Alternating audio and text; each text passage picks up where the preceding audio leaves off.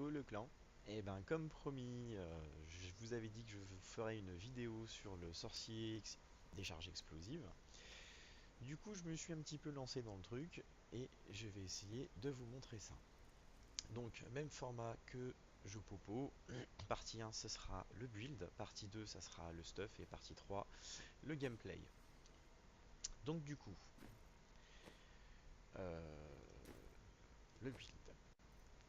Donc, on va commencer par, une fois n'est pas coutume, les passifs.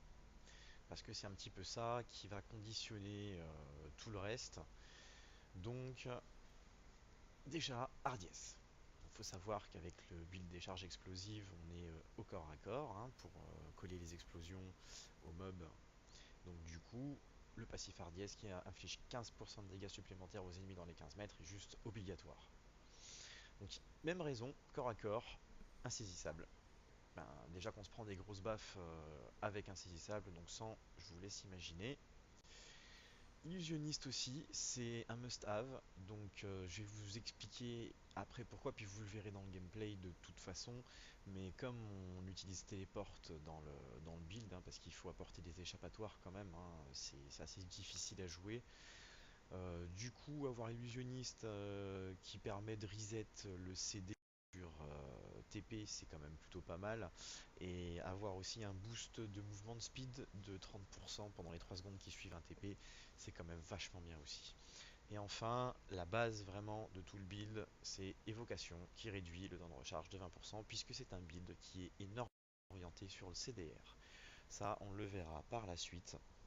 Il faut beaucoup de CDR pour pouvoir enchaîner toutes les explosions de décharge explosive. Ensuite, pour les compétences actives. Alors, en clic gauche, donc là il n'y a pas de générateur, pas de spender, hein, c'est des sorts ACD, on va pas aller taper dans l'arcane point, hein, ici dans la puissance arcanique, on va absolument quasiment pas l'utiliser. Donc du coup en clic gauche on va mettre un peu de contrôle avec trou noir, runé, trou blanc, puisque on a des dégâts typés feu. Du coup, tant qu'à faire, hein, autant utiliser la rune typée feu aussi. Alors bon, après, c'est pas non plus obligatoire. Honnêtement, aujourd'hui avec le recul, je pense que je changerais peut-être la rune, parce que bon, les dégâts de feu, c'est vrai que c'est bien, ça apporte un peu de DPS en plus par rapport à des charges explosives. Pour autant, le main skill, ça reste des charges explosives. Du coup, c'est vraiment ça qui va faire le DPS. Et je pense qu'au final, peut-être le ruiner électricité pour élargir le rayon d'action, ou alors le ruiner arcane pour vol de sort contre les élites, ça peut être quand même pas mal. Ça peut être assez intéressant. À tester en tout cas. Ensuite, en clic droit, j'ai mis téléporte, runer calamité. Donc ça, c'est vraiment pas mal. Ça permet de s'échapper. Donc, bon, le téléporte classique, hein, ça permet de s'échapper de beaucoup de situations à problème, à risque. Hein, où on va se prendre un bon rip dans la tronche dans pas longtemps. Donc, bah, on se téléporte. Et puis, tant qu'à faire, on va se téléporter pas loin d'un globe de vie pour aller récupérer un globe de vie, soigner soi-même et puis soigner aussi ses collègues si jamais on est en groupe. Runer calamité, tout simplement parce que on peut aussi utiliser téléport pour se téléporter au milieu d'un pack. Et quand on arrive en plein milieu du pack, on envoie une onde de choc qui stun les ennemis à proximité. Donc ça rapporte un petit peu de contrôle en plus. C'est plutôt pas mal. Et ça permet de se tirer de toutes sortes de situations. Ensuite, en compétences de la barre d'action, en tout premier, donc j'aime bien sur moi sur mes deux premières touches mettre des skills pour le sorcier, hein, des buffs qui durent longtemps, comme ça j'ai pu m'en occuper. Donc premier, armure d'énergie, rune et armure prismatique. Bon bah le classique pour augmenter son armure et puis augmenter ses résistances, hein, parce que là en T6, même déjà en T5 solo, c'est juste obligatoire. Ensuite en second skill, en de l'arme, rune et arme de choc pour gagner 20% de dégâts supplémentaires. Donc ça pareil, c'est un must-have aussi, hein. Il faut envoyer du DPS, il faut se débarrasser le plus rapidement possible des ennemis. Enfin, notre main skill, décharge explosive, runée, réaction en chaîne. Donc il faut savoir que la baguette de WoW, un élément principal et central du build sans lequel vous ne pouvez pas faire ce build là, quadruple les explosions. C'est-à-dire que pour chaque explosion lancée, il y en a 3 supplémentaires.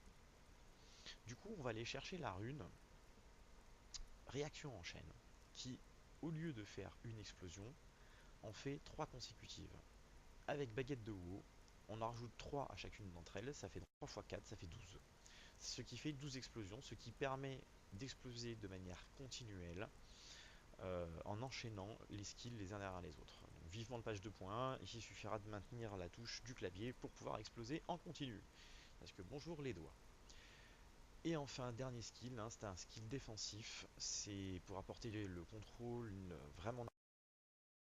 Sans ce skill là, c'est très difficile de DPS correctement et de survivre. En fait, là, je pense que depuis que j'ai rentré ça, j'ai pu monter d'un niveau de Torment facilement. Donc, autant avant le T5 était difficile, autant depuis, bah, le T5 est bien plus gérable. En solo, sans merc, sans unicité, je précise. Runique coup de froid. Donc, pourquoi runique coup de froid? Tout simplement parce qu'on le CD et on augmente le temps de gel des ennemis. Donc, bon, on n'est pas perma-freeze quand même, mais en augmentant son CD à un maximum, il me semble que pour être permafreeze, il faut avoir au moins 63% de CD. Moi, je suis à 54% parce que bon, il suffit d'avoir 51-52% de CD pour pouvoir enchaîner les explosions. Donc voilà la présentation du build du sorcier des charges explosives et je vous dis rendez-vous pour la partie 2, le stuff.